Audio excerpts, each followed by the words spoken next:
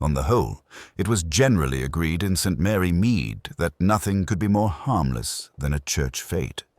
There might be small upsets, of course. Mrs. Price Ridley was sure to resent something, and the vicar's wife would almost certainly have a trying time with the Mothers' Union. But the annual summer treat for church funds was considered the very embodiment of peaceful village life.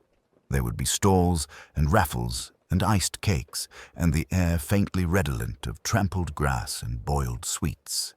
It was, everyone said, quite a treat for the old people, by which they meant, among others, Miss Jane Marple. Miss Marple herself, very upright in one of her more respectable black hats with violets, did not feel in the least old as she made her careful way across the vicarage lawn. She was looking forward, though she would not have expressed it so vulgarly, to the cakes. Not to the eating of them. Digestion was a more delicate matter at her age. But she had been told that Mrs. Penhaligon, the new tenant at Orchard Cottage, was to exhibit one of her famous Cornish saffron loaves, and Miss Marple believed firmly that one could tell a great deal about a person from the way they baked. "It will be interesting," she had remarked to her maid that morning, "to see whether Mrs. Penhaligon creams her butter properly. People who take shortcuts in trifling matters are apt, I've noticed, to take them in more serious ones as well." Now, in the mild, cloudy afternoon, she took a place in a garden chair near the tea tent, knitting bag on her lap, and surveyed the scene with pale, innocent-looking blue eyes that missed nothing. The raffle prize, a rather flamboyant cut-glass bowl, glittered on a side table. Clusters of villagers moved about with that special purposeful aimlessness that attends such occasions, talking just a little louder than necessary, laughing just a trifle too often. There was the vicar, earnest and slightly flustered, entangled in a discussion about hymn books with Mr. Clement, the churchwarden. There was sturdy, red-faced Mr. Peters from the grocer's, hovering near the cake stall where his wife presided with the air of one prepared to defend her sponge from all comers. Young Dr. Conway, handsome and a shade too self-assured, was being eagerly attended to by a pale, anxious woman Miss Marple recognized as Mrs. Bartlett, whose health had never been robust since her husband's unfortunate business failure. And at the center of a small knot of admiration stood Mrs. Penhaligon. She was striking in a way seldom seen in St. Mary Mead, where attractiveness tended to run either to crisp tweeds or faded gentility. Dark, smooth hair was coiled neatly at the nape of her neck. Her dress, though simple, had that air of effortless rightness which suggests good taste backed, at some period, by adequate means. She laughed often, and when she laughed, the men in the group seemed to lean in, just a fraction. On the table before her, in pride of place, lay the saffron loaf. "It do look foreign," Mrs. Crump, the butcher's wife, was heard to say, with the special disapproval reserved for any dish that had not been known to her mother. "All that yellow. Not natural, if you ask me." "Saffron, my dear Mrs. Crump," observed Mrs. Penhaligon good-humoredly. "Quite natural, and very nourishing. Now who's to have the first slice? Vicar, you must." There was a moment, a very slight moment, in which the vicar seemed to hesitate. To Miss Marple, watching, it was as perceptible as if he had thrown up his hands and cried out. His glance did not rest on the saffron loaf at all, but flickered, oddly, towards Mrs. Peters at the neighboring stall. Mrs. Peters's broad, good-natured face had tightened, rather surprisingly, into an expression of determined neutrality. "Indeed, my dear lady, I must attend to one or two little matters first," the vicar stammered. "Later, perhaps. Later." "Then Mr. Peters must take the honor," said Mrs. Penhaligon. And now there was a note, very slight, but it was there, of challenge. Mr. Peters colored. "Well, I don't know, as I—" "Oh, for goodness sake, Alfred," said his wife sharply. "It's only cake. You'll have everyone thinking there's poison in it." She laughed, and those nearest laughed too. It was a perfectly ordinary village jest, and yet, as so often happened in St. Mary Mead, The perfectly ordinary thing was not quite so ordinary as it seemed. For within the hour, one of those present would be lying on the grass, quite still, the festive murmur shattering into screams, and the words, "only cake," would be repeated again and again in hoarse, incredulous voices. Miss Marple, who had seen something very like it before, in a far-off seaside town with a rather inferior baker, would merely tighten her thin lips and murmur, "Human nature, after all. It is always human nature." For a brief, stunned moment, the fete seemed frozen in tableau. Paper bunting fluttering gaily, children clutching half-melted ices, the band halting mid-tune. Then noise rushed back like a breaking wave. Shouts, gasps, the scrape of chairs, Mrs. Price Ridley's unmistakable shriek. "Stand back, please, stand back," Dr. Conway snapped, his usually pleasant voice suddenly clipped and authoritative. He loosened Marcus Thornfield's collar and bent close, fingers at the man's throat. After a moment, he looked up, his expression grave. "He's dead." A collective sigh, almost of disbelief, went up from the assembled villagers. Mrs. Bantry clutched Miss Marple's arm with a force that made the old lady's knitting bag swing precariously. "Dead, Jane, at our fete. A famous person?" she whispered, in tones tinged with horror and a faint, indefinable excitement.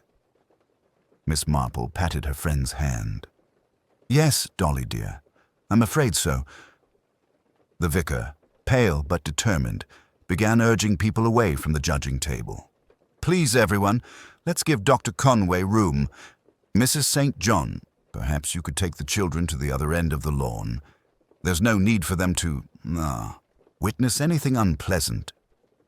As the crowd reluctantly drew back, Miss Marple allowed herself to drift with it, though her eyes missed little.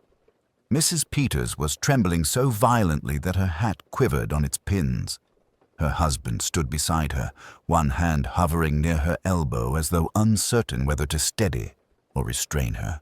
"I don't understand," she was saying in a small, breathless voice. "He only tasted it, just a little piece.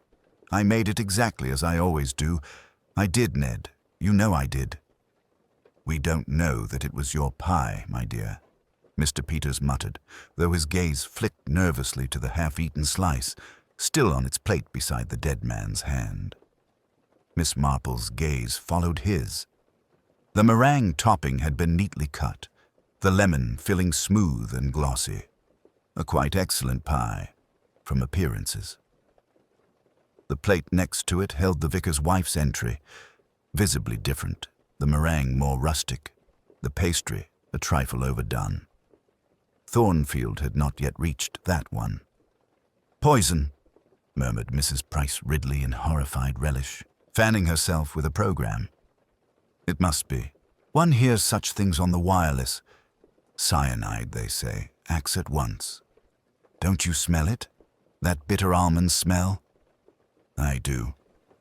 Miss Marple, who had indeed noticed it, did not contradict her. She merely allowed her eyes to wander to the side table where the competitors had earlier placed their labeled dishes. A smear of lemon curd on the cloth, a used spoon set a little apart, and, further away, the remains of a trifle and a cluster of hastily abandoned teacups. Tiny, easily overlooked things, unless one had spent a lifetime observing small domestic details. The arrival of Inspector Craddock from Much Benham brought a measure of official order. A tall, solid man with shrewd eyes, he listened to Dr. Conway's succinct account, then looked around the tent at the assembled villagers. "No one is to leave the grounds until I say so," he announced. "Sergeant, cordon off this tent. We'll need statements from everyone who was near the judging table." There was a murmur of alarm and indignation. Village respectability bristled at the implication that any one of them might be thought capable of murder. Miss Hartnell declared loudly that she had never been suspected of anything in her life, not even when the church silver had gone missing during the war, and she wasn't going to start now. Inspector Craddock's gaze paused, very briefly, on Miss Marple. They had encountered one another before. A faint, rueful smile tugged at his mouth before he turned away, duty drawing him first to the more obvious figures. Mrs. Peters, pale and shaking. Mr. Peters, tight-lipped. Mrs. Carstairs, white with shock and perhaps something else. The vicar and his wife, anxious and bewildered. Miss Marple, for her part, did nothing to put herself forward. She merely stood quietly beside Mrs. Bantry, who was already whispering a running commentary in her ear. "It will be poor Mrs. Peters they'll blame," Mrs. Bantry breathed. "Mark my words, her pie, you see. Oh, Jane, to think such a thing could happen over a lemon meringue." Miss Marple's eyes rested thoughtfully on the neat row of empty pie dishes, the smudge of lemon on the cloth, and the small knot of people who had been near the table just before the judging began. "Yes," she said softly, "over a lemon meringue. But I wonder, Dolly, whether that is quite the beginning, or only the end of something that started long ago." Inspector Slack's first instinct was to pounce. He bore down on the grocer and his wife with the air of a man who saw at last a straightforward case materializing before him. "So, Mr. Peters," he said, folding his arms, "perhaps you'd like to explain what exactly you meant by saying your wife didn't mean it?" Mr. Peters's ruddy face had turned a mottled gray. He opened and closed his mouth soundlessly before managing, It were only the baking, sir. She was that worried about the judging, see? Been in a state all week. I meant she didn't mean any harm. Just to impress Mr. Thornfield." "And yet," Slack said heavily, gesturing toward the pie now being carefully lifted into a police evidence tin, "it seems your wife's pie has killed a man." Mrs. Peters let out another wail, collapsing against her husband's shoulder.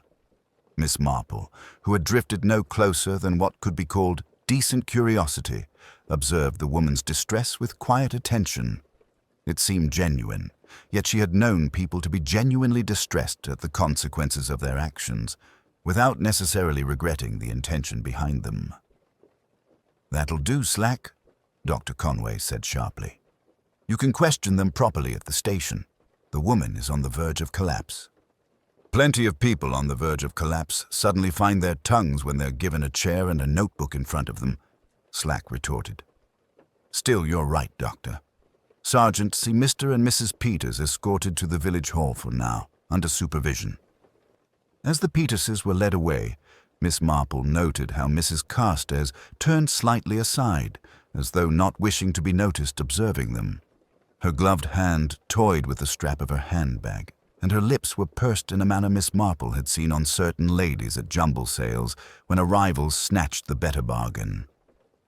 "Poor soul," murmured Mrs. Bantry, who had reappeared at Miss Marple's side. "Alice Peters, I mean. Of course, I never thought much of her taste in curtains, but murder. It seems incredible." "People are often capable of incredible things," Miss Marple said mildly, her needles resuming their soft click, "especially when they feel themselves overlooked or put down, shall we say." Dolly frowned. "You can't think she did it on purpose, Jane, over a baking competition?" "Really?" Miss Marple did not answer directly. "I once knew a charwoman in Little Hampton," she said, "who switched her employer's face powder with flour mixed with pepper, simply because the lady had once referred to her as that woman who smells of paraffin. It caused quite a scene at a garden party. Human beings, dear Dolly, are not always rational in proportion to the matter at hand." "Yes, but pepper isn't cyanide," Mrs. Bantry objected. "Not usually, no," Miss Marple agreed, her eyes resting thoughtfully on the two almost identical empty spaces where the lemon pies had once stood. Inspector Slack, having set things in motion at the tent, began to work his way through the nearest cluster of onlookers, taking brisk statements. He paused briefly before Miss Marple, his expression betraying a flicker of resignation. "Well, Miss Marple," he said, with the air of a man forestalling the inevitable, "I suppose you saw something I didn't." "Oh, my dear Inspector," Miss Marple replied, looking up with apparent innocence, "I'm sure you observed everything of importance. I am merely an old woman who enjoys a village fete, though—" She hesitated delicately. It did occur to me that the two lemon pies were very much alike, and that is interesting, is it not? "In what way?" Slack demanded. "In the way that some people," Miss Marple said gently, "do not care to lose. And when two things are so very similar, it can be quite easy, in the bustle of a fete, to confuse them." Slack stared at her, then snorted. "You mean someone might have tampered with the wrong pie, or meant to poison somebody else entirely?" His tone suggested he found the idea fanciful, yet his eyes had sharpened. "I wouldn't dream of suggesting such a thing," Miss Marple said. "I only know that in my experience, accidents seldom happen quite by accident." Her gaze drifted back to where Mrs. Carstairs now spoke in hushed tones to the vicar's wife, their heads bent close together. Neither woman looked, for the moment, at the spot where Marcus Thornfield lay beneath a hastily spread sheet. The shock of the fate gradually dissolved into the hum of evening in St. Mary Mead, but the village's usual peace had been irrevocably disturbed. By 6 o'clock, the bunting had been quietly taken down, the trestle tables folded, and the competition tent stood forlorn and empty, guarded only by a single constable who looked thoroughly miserable at being deprived of his tea. At the Bantry's that same evening, an impromptu gathering had formed in the drawing-room. It was ostensibly to calm Mrs. Bantry's nerves. She had declared she felt positively faint with the horror of it all, but in practice it served as a convenient forum for the dissemination of gossip. Miss Marple sat near the window with her knitting, a small, self-effacing presence amid the more vigorous spirits. "I still say it was desperation," pronounced Colonel Melchett, who had arrived with the air of a man personally affronted by murder in his district. "The Peters woman must have thought Thornfield's endorsement would do wonders for their shop. Heaven knows business has been poor. Poisoning the fellow to what end, though, I cannot fathom." "Not poisoning him deliberately," Mrs. Bantry amended eagerly. "Perhaps she meant only to give him something to weaken him, so he would be inclined to view her efforts more favorably." "That is not how cyanide works, Dolly," Miss Marple said mildly without looking up. "It tends to be rather final in its effects." There was a small pause. "The Home Office analysts will confirm it's cyanide," Melchett went on, somewhat deflated. "Slack's already sent the remains of that wretched pie to be examined. Peters has access to chemicals through his shop, does he not? Rat poison and such." "Yes, indeed," Miss Marple agreed. "And so, if one wished to poison someone, one might be very pleased that everyone knows that." Melchett frowned. "What do you mean?" "Oh, nothing of consequence," she replied gently. "Merely that, in such stories as one reads in the newspapers, it is often convenient for the actual culprit if suspicion falls upon the person with the easiest access to the poison." Colonel Melchett snorted but did not argue. His attention shifted as Dr. Conway was announced. The young physician entered, looking drawn, his usually neat hair slightly disordered. "I thought you'd be at the Peterses', Conway," Melchett remarked. "The woman's in a bad way, so I hear." "I've been," Conway replied shortly. "Mrs. Peters is hysterical, as one might expect. Her husband is furious rather than despairing. He maintains his wife couldn't possibly have done such a thing." Miss Marple glanced up. "And do you agree with him, Doctor?" Conway hesitated. Medicine doesn't qualify me to judge character, Miss Marple. Only symptoms." He cleared his throat. "However, I will say this. Alice Peters is a timid, nervous sort of woman.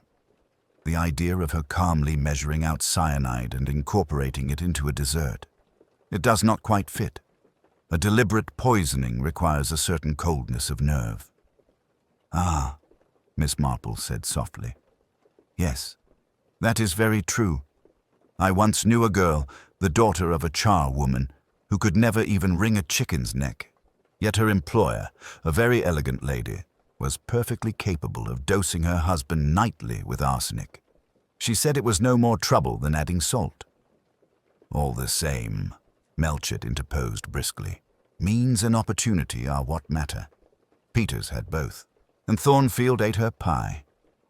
Did he? Miss Marple asked, so quietly that only those nearest her heard. Conway turned sharply. You saw otherwise?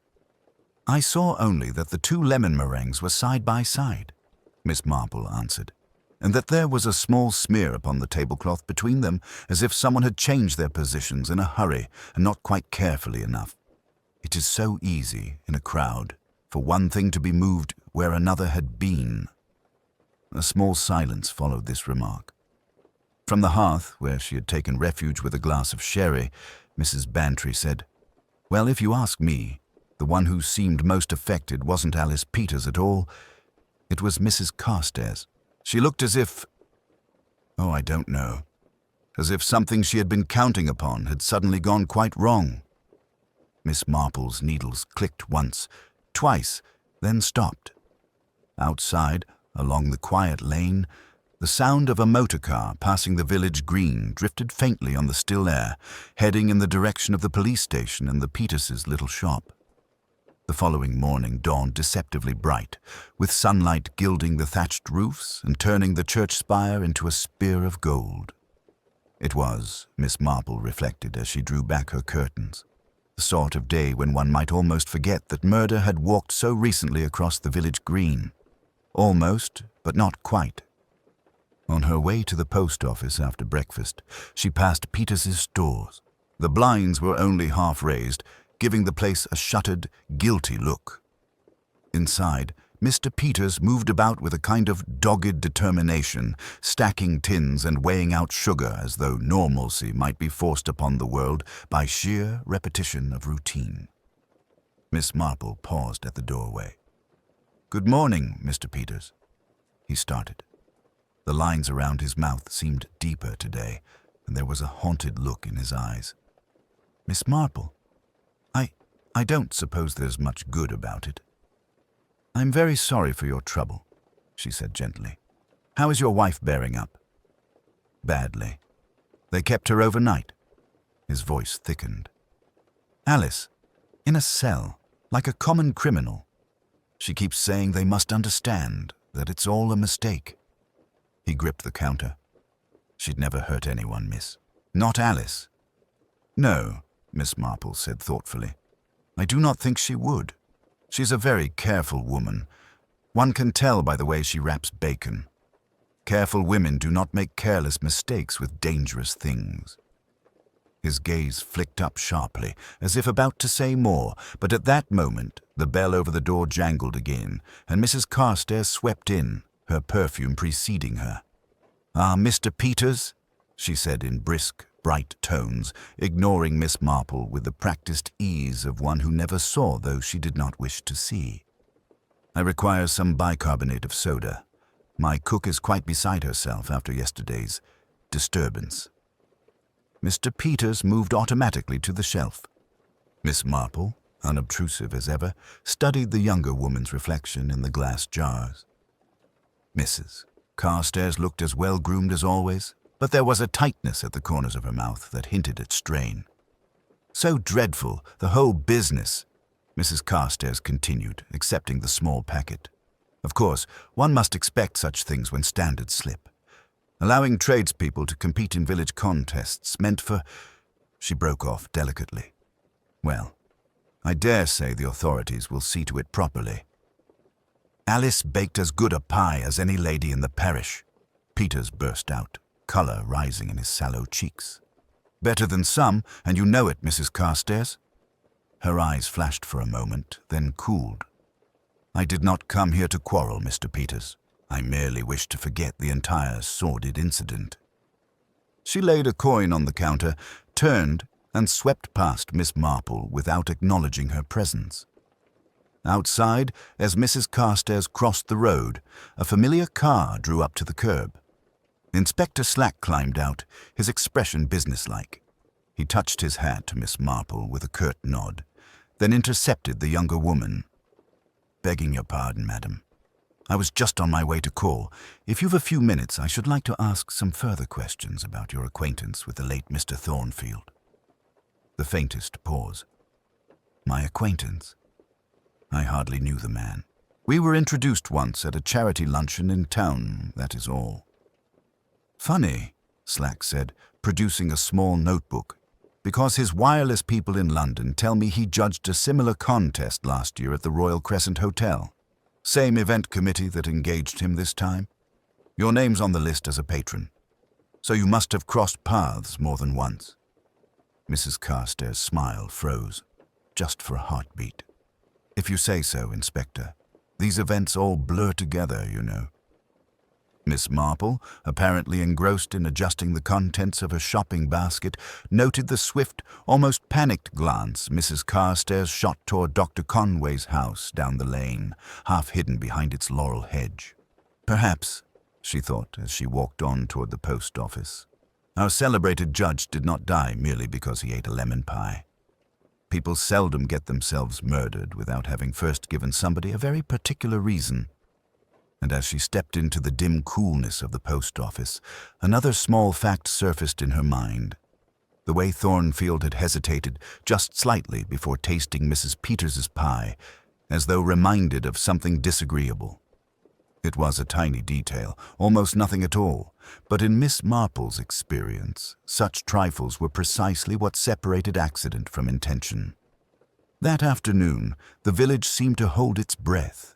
The usual comings and goings along the high street were conducted in subdued voices, with frequent glances toward the police station where Alice Peters remained in custody. Miss Marple, having allowed sufficient time for tempers to cool and tongues to loosen, decided that a visit to the vicarage under the pretext of returning a borrowed gardening book might be of service. She found Mrs. Hartnell in the drawing-room, laboriously addressing envelopes for the Mothers' Union, her pen scratching across the paper with righteous purpose. The vicar's wife greeted Miss Marple with evident relief. "Oh, Jane, do sit down. I feel quite oppressed by it all. That poor man, Mr. Thornfield, and now Alice Peters. It's like something out of one of those sensational novels." Miss Marple smiled faintly. "Real life is often much more sensational than fiction in my experience. I wondered, my dear, if you might help me with a small point that has been troubling me. Of course, if I can. It concerns the arrangement of the dessert table yesterday.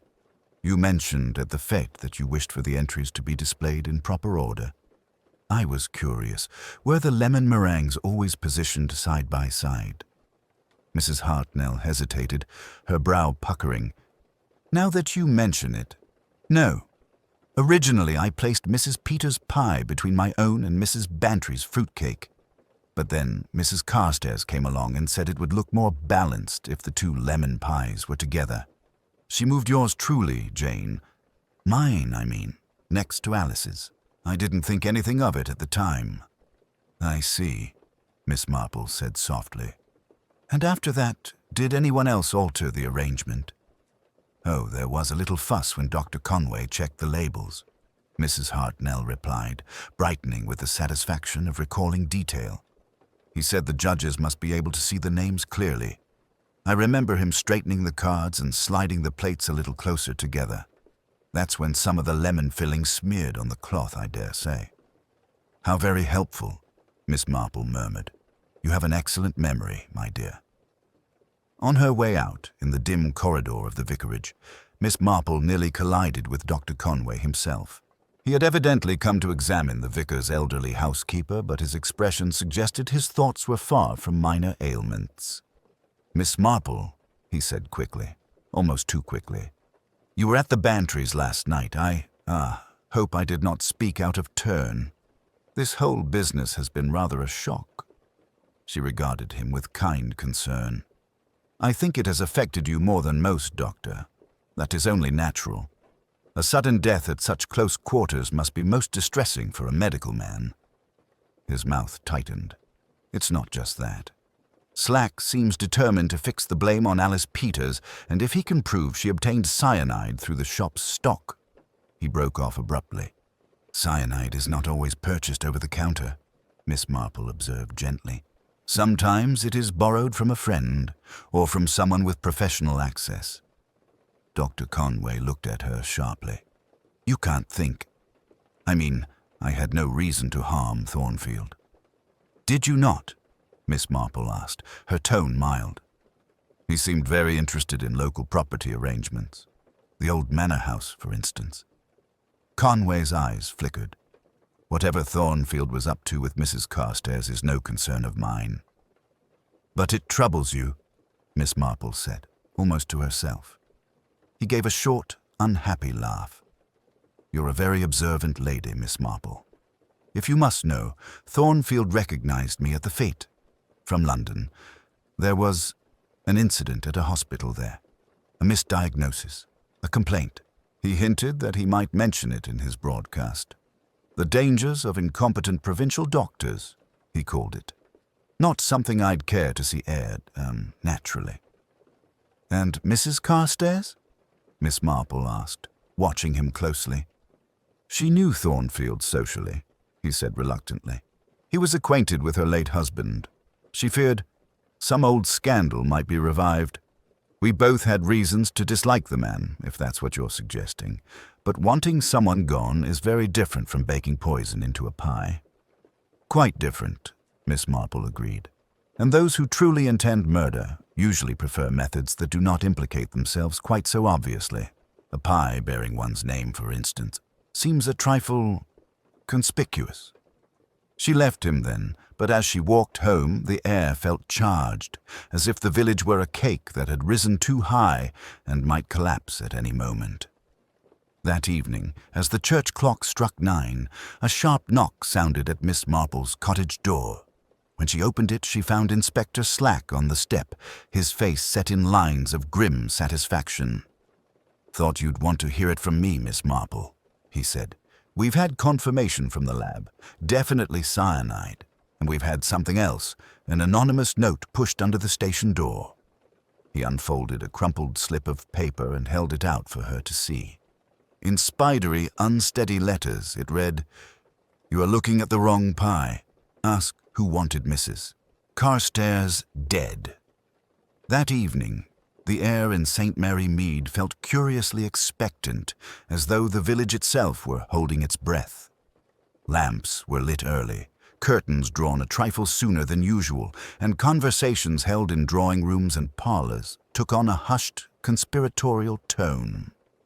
The murder of Marcus Thornfield had unsettled more than the village routine. It had stirred old anxieties and long-buried memories. Miss Marple, seated at her small writing desk, was carefully copying out a recipe for seed cake to send to a distant niece.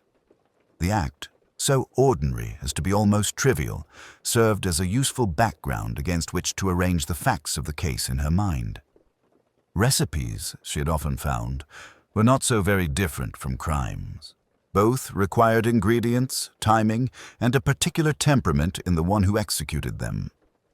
A knock at the cottage door broke her concentration. When she opened it, she found Dr. Conway on the threshold, his hat in his hands and an expression of strained determination on his face. "I hope I'm not disturbing you, Miss Marple," he began. There's something more you ought to know. Something I didn't tell Inspector Slack." "Then you had better come in at once," she said simply. "The truth rarely becomes more palatable with keeping." He followed her into the sitting room, perching on the edge of a chair as though ready to spring up again at any moment. "It concerns Mrs. Carstairs and the old manor house. You see, I've been her physician for 3 years now. She came to me not long after her husband's death, complaining of nervous attacks and insomnia. At first I assumed it was ordinary grief, but over time it became clear that her anxiety was very specific." "Specific in what way?" Miss Marple asked, her knitting settled once more in her lap. "She had a recurring terror of being turned out of her home," he said quietly. "She'd wake in the night, convinced that someone would come and say the house wasn't really hers. She'd ask me again and again if I believed the deeds were in order, if there could possibly be some mistake in the legalities." Miss Marple considered this. "It is curious, is it not, how the conscience so often chooses its own symptom? I once knew a woman who developed a violent dislike of umbrellas after she had stolen one from a church. She could not bear the sight of them." Dr. Conway gave a humorless little laugh. "In Mrs. Carstairs' case, the symptom was fear. About 6 months ago, things grew worse. She began taking a particular sedative in larger quantities than prescribed. When I cautioned her, she became hostile. Said I owed her loyalty, that if I didn't support her, she would ruin my practice. She hinted at spreading stories about my conduct with certain female patients. And did she have cause to do so? Miss Marple asked, not unkindly. His flush was quick and angry. No, she did not. I may have been foolish as a young man, but I have never behaved improperly with a patient. Still, in a village like this, reputation is a fragile thing. She knew precisely where to strike. Miss Marple nodded slowly. So when you saw her moving the pies, you chose silence, not merely from fear of suspicion, but from fear of her. Yes, he admitted hoarsely. But there is something more. Yesterday morning, just before the fete, I saw a telegram on her hall table when I visited to check her pulse. It was from London. I couldn't read the whole thing, but I distinctly saw the name Thornfield and the words, "Documentation confirmed." She had crumpled it, but not thrown it away. Miss Marple's eyes brightened almost imperceptibly. Documentation. That would fit very neatly with Mr. Thornfield's inquiries at the library, would it not? Property deeds, patron lists, stolen nests. Before Dr. Conway could reply, the church bell rang out unexpectedly, its slow, solemn tolling slicing through the evening calm. Miss Marple rose, her expression sharpening. "That is not the hour bell," she said. "That is the vicar's signal for an emergency." Together they made their way to the lane, where doors were already opening and figures emerging, anxious and curious. At the far end, near the turn toward the old manor house, Inspector Slack's motor car stood at an angle, its headlamps casting an eerie glow across the hedges. A young constable came pelting down the lane, breathless. "Doctor, Miss Marple, Inspector says to fetch you at once. There's been another incident at Mrs. Carstairs' house." "Another incident?" Miss Marple repeated calmly. "Dear me, murder does so rarely remain content with a single course." As they followed the constable toward the looming silhouette of the old manor house, Miss Marple felt the pattern she had been tracing in her mind take on a sudden, darker clarity. Someone, it seemed, had grown impatient with the careful recipe of suspicion and chosen to add a new and dangerous ingredient.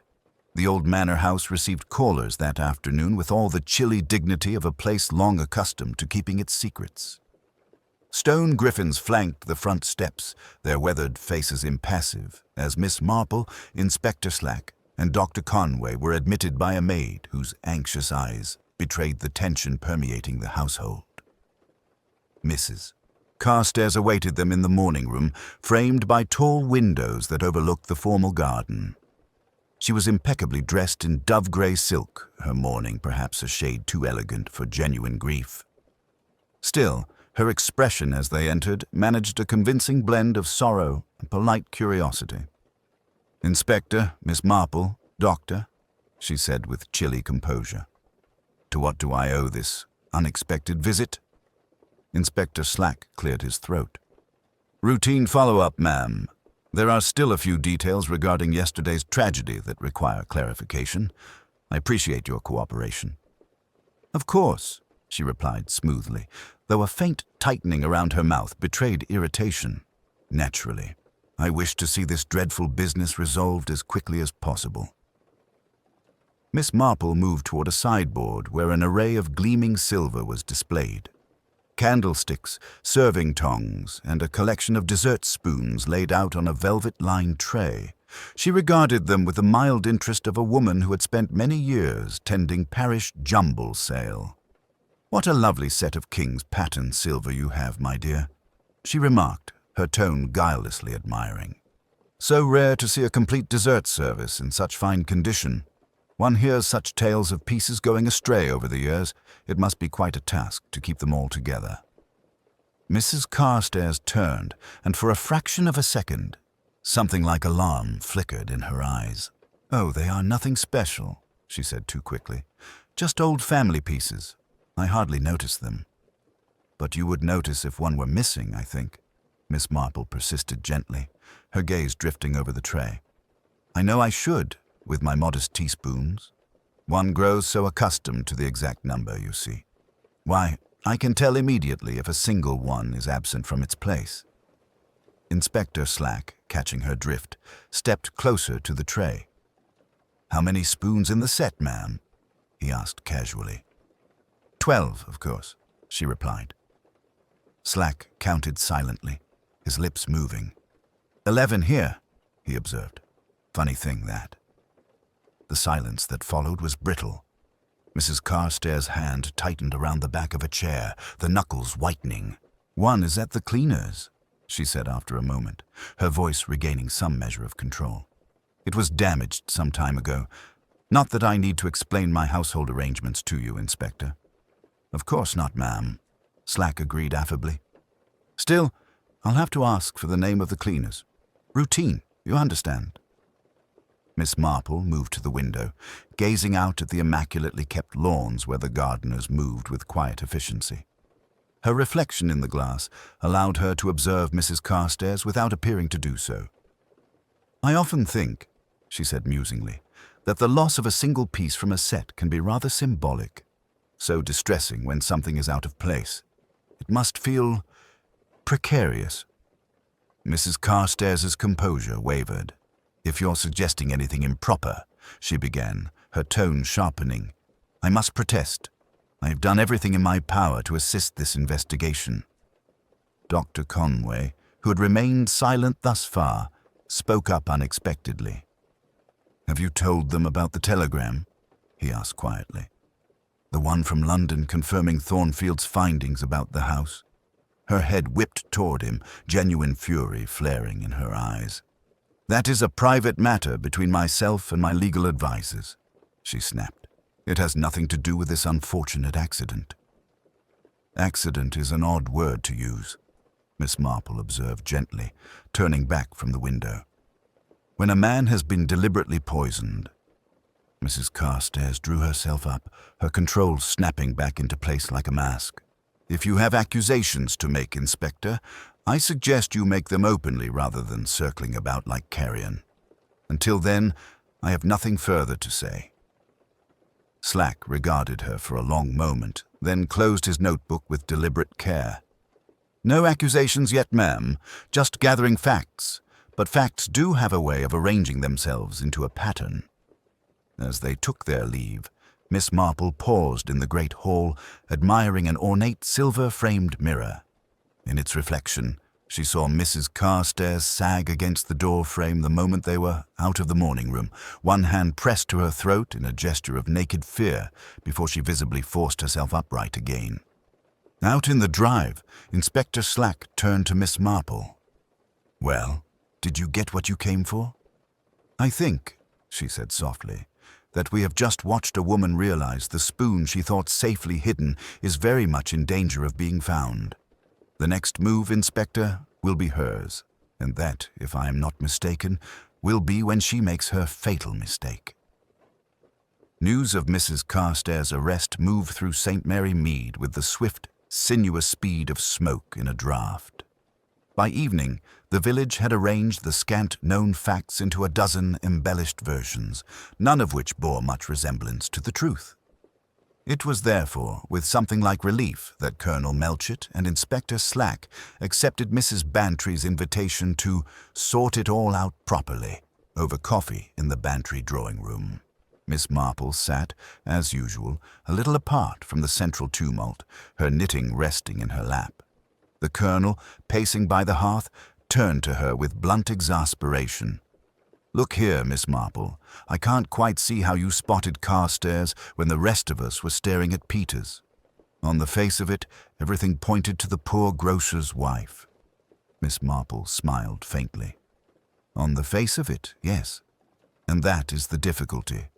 Life has taught me that when something appears too straightforward, particularly in matters of guilt, it rarely is. Slack, notebook in hand, leaned forward. You said as much from the beginning, ma'am, but what was the first thing that struck you? "I suppose it was Mr. Peters's unfortunate remark," she replied. "She didn't mean it. That is not how a husband speaks of deliberate murder. It sounded more like a man who believed his wife had blundered somehow, and who could not yet understand how that blunder had led to a death." Melchett frowned. "But then we had the cyanide, the pie, Peters's access to chemicals, and 2 lemon meringues," Miss Marple added gently. "So alike that even their makers required special markings. When Mrs. Peters and Mrs. Hartnell both produce the same dessert, and when those desserts are rearranged at someone else's suggestion, one must ask why." Slack tapped his pencil. "You mean Carstairs encouraging the vicar's wife, giving her that so-called improving powder?" "Exactly. It reminded me of a case in St. Mary Mead years ago," Miss Marple said mildly, "when a lady persuaded her charwoman to change brands of hair dye. The charwoman went bald, and everyone pitied her. But it later emerged that the dye had first been tried by the lady herself. People will often experiment upon others when they fear consequences for themselves." Mrs. Bantry shuddered. Horrid woman. And that business with the property, Thornfield threatening to prove she had no right to the manor, would push her beyond reason. "Not beyond reason," Miss Marple corrected gently. "Merely toward a very cold, practical sort of reasoning. She needed a method that did not depend on which dish he tasted, only on the certainty that he must taste something." Slack nodded slowly.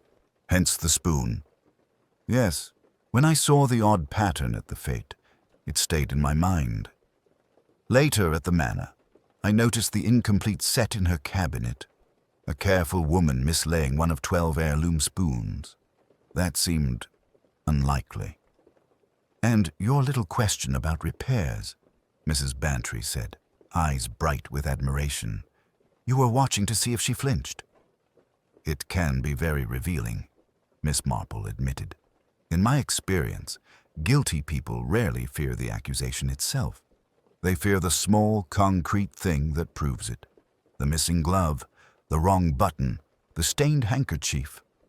Mrs. Carstairs had lived for years in terror of exposure about the house. When faced with a second, more immediate exposure, her composure simply crumbled. Melchett stopped pacing.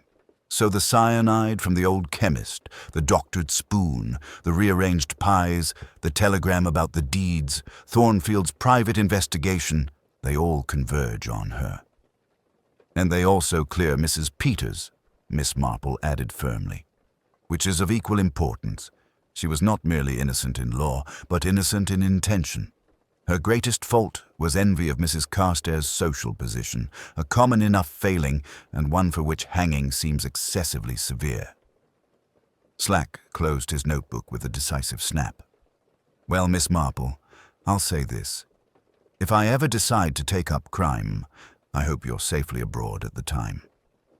Miss Marple smiled, her eyes crinkling with quiet amusement. "My dear Inspector, I assure you I should be far too dull a companion for crime.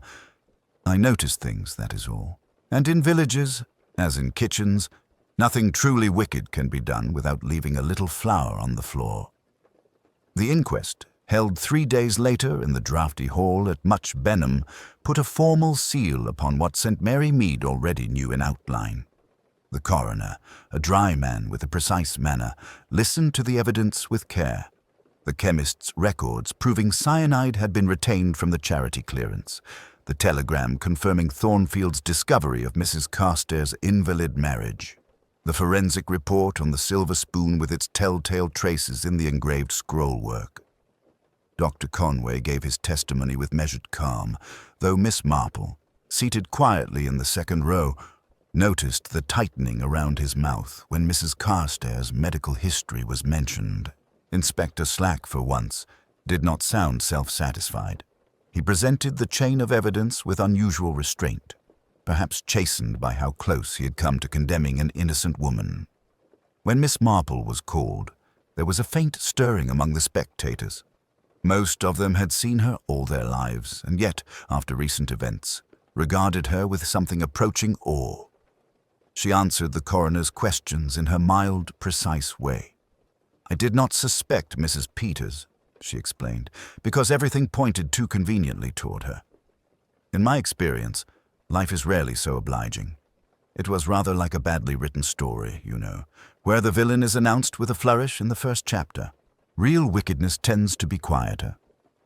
And your observations at the fete itself, the coroner prompted.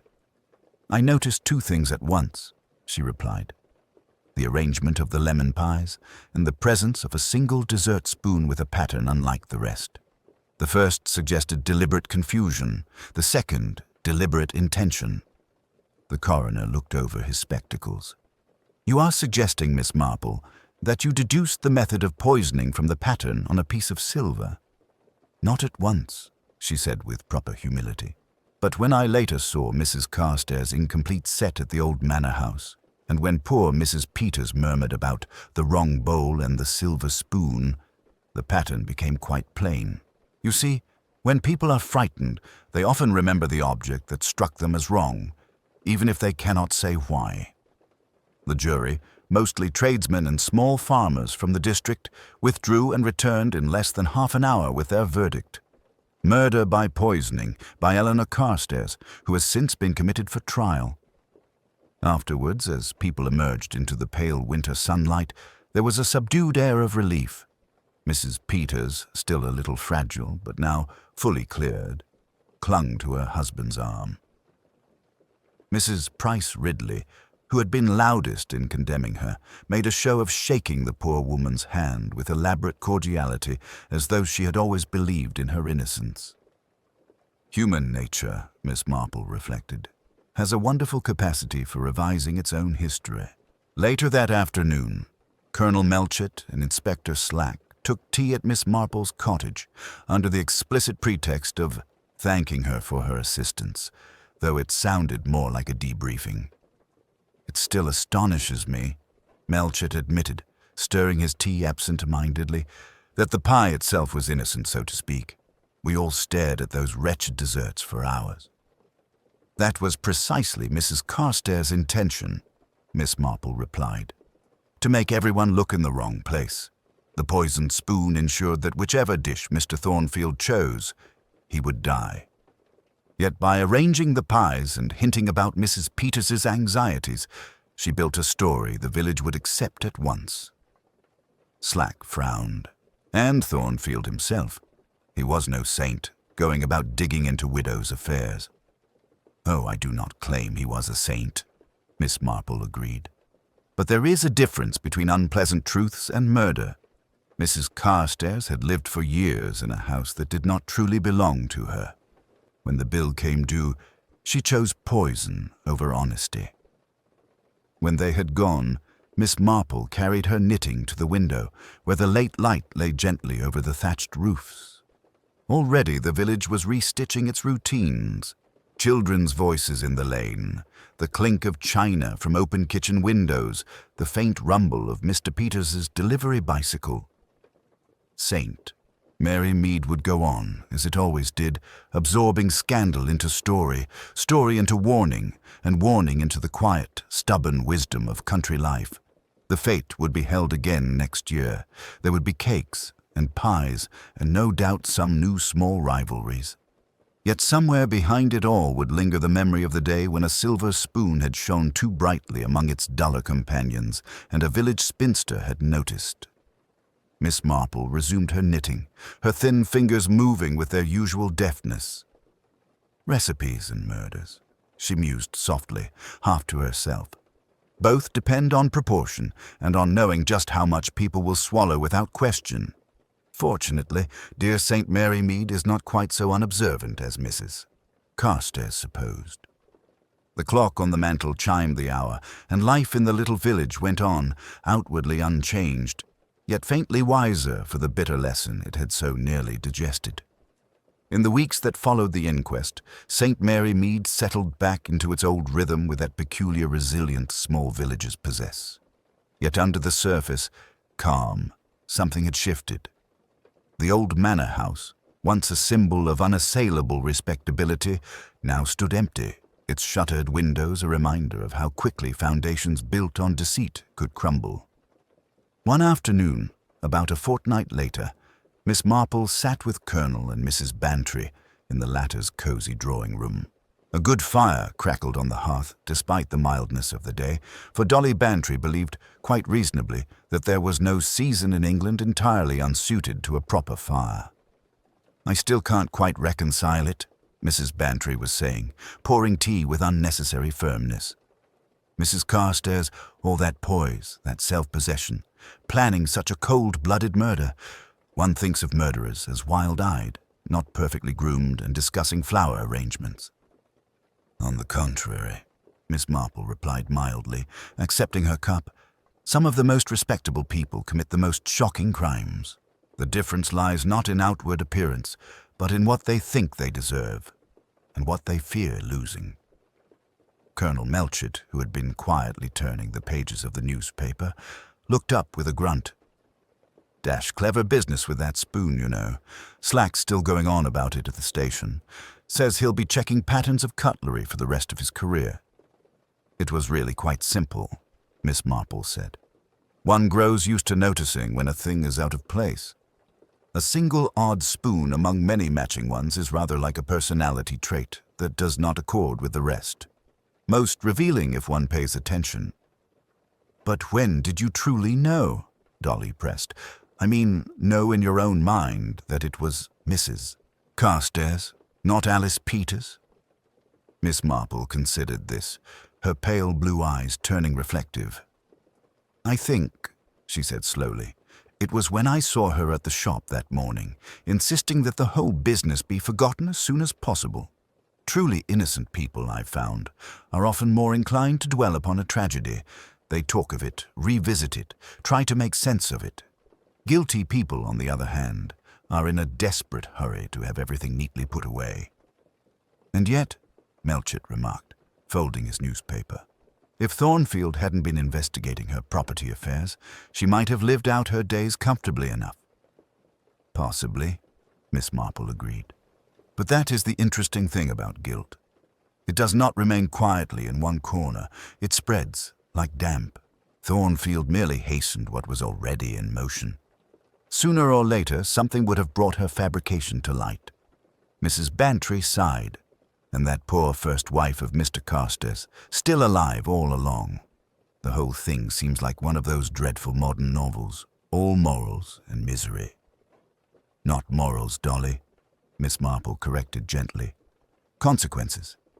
Mrs. Carstairs chose to build her life upon another woman's misfortune. Every choice we make becomes part of the pattern, and patterns have a way of revealing themselves, whether in embroidery, in silver, or in human conduct."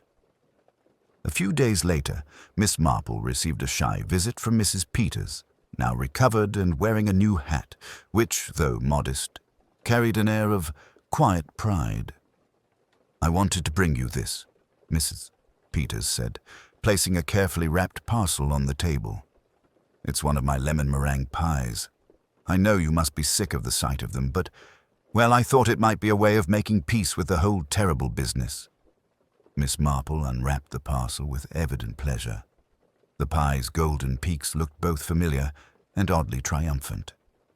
"My dear Mrs. Peters," she said warmly, "this is the most sensible thing you could possibly have done. One must never allow evil to lay permanent claim to anything as innocent as a recipe."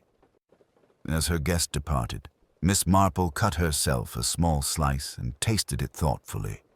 The lemon was sharp, but not harsh, the sweetness perfectly judged, a harmonious balance. "Yes," she murmured to herself, "that is the difference, I think. In cooking, as in life, it is balance that matters most. Too much of one ingredient, pride, fear, greed, and the whole thing becomes quite unpalatable." Outside, St. Mary Mead went on with its small comedies and dramas, garden disputes, church bazaars, mild flirtations, and quiet sacrifices. Somewhere, no doubt, the next pattern of human folly was already beginning to form. And when it emerged, Miss Marple would be there, knitting in hand, ready to read it as easily as a recipe in one of Mr. Thornfield's cookery books. Autumn deepened in St. Mary Mead. bringing with it that particular stillness which seems to belong only to small English villages, the kind of quiet in which every closing door and distant dog bark carries clearly on the air. The excitement of the murder and trial had ebbed into the gentle murmur of recollection. People no longer spoke of the poisoning at the fete with horror. Instead, it had settled into the comfortable status of that dreadful business, a story to be retold with shivers and moral conclusions during winter teas. On a crisp afternoon edged with frost, Miss Marple sat in her garden, carefully tying back the last of the roses before the first hard freeze. Her fingers, though knotted with age, were deft and sure. She paused now and then to look across the lane, where once more life had resumed its familiar patterns.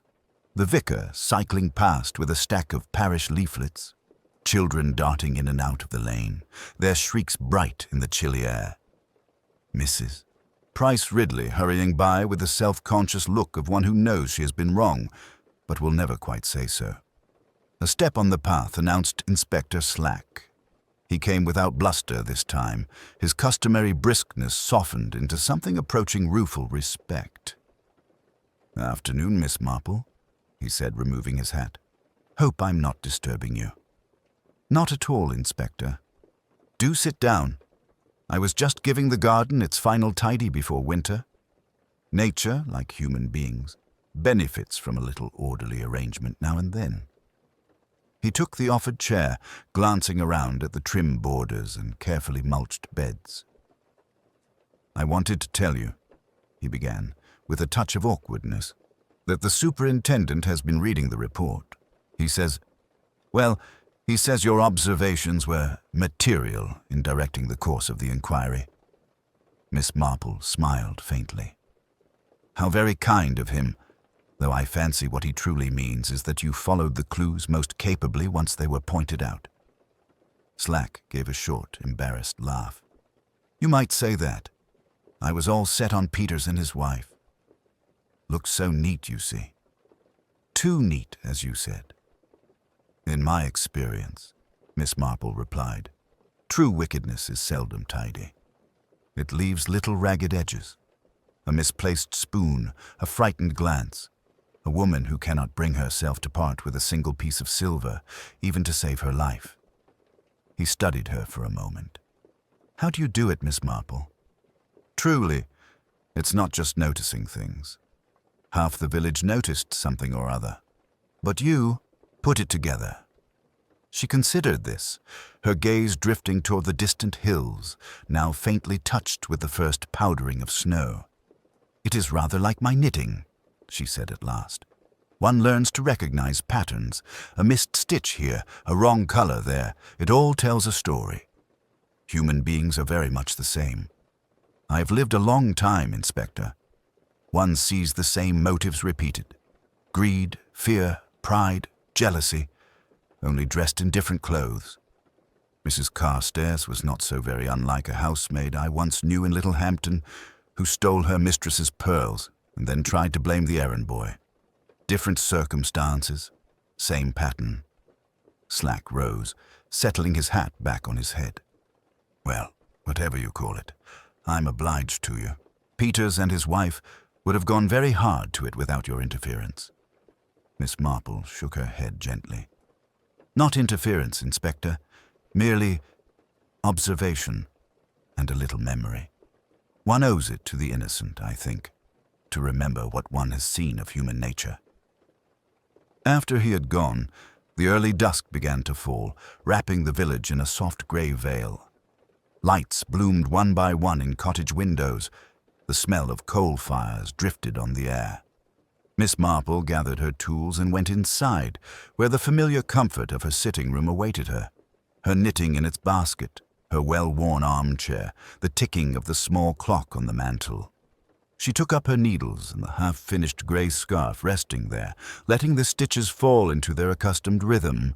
There would be other village scandals, she knew. Little ones, and perhaps, from time to time, larger ones. People would quarrel, fall in love, deceive and console each other, just as they always had. Recipes would be shared and improved upon, and somewhere, someone would again be tempted to alter more than flour and sugar. But for now, St. Mary Mead was peaceful. The fatal recipe had been measured, mixed, and finally understood. Justice, imperfect, human justice, had done its work.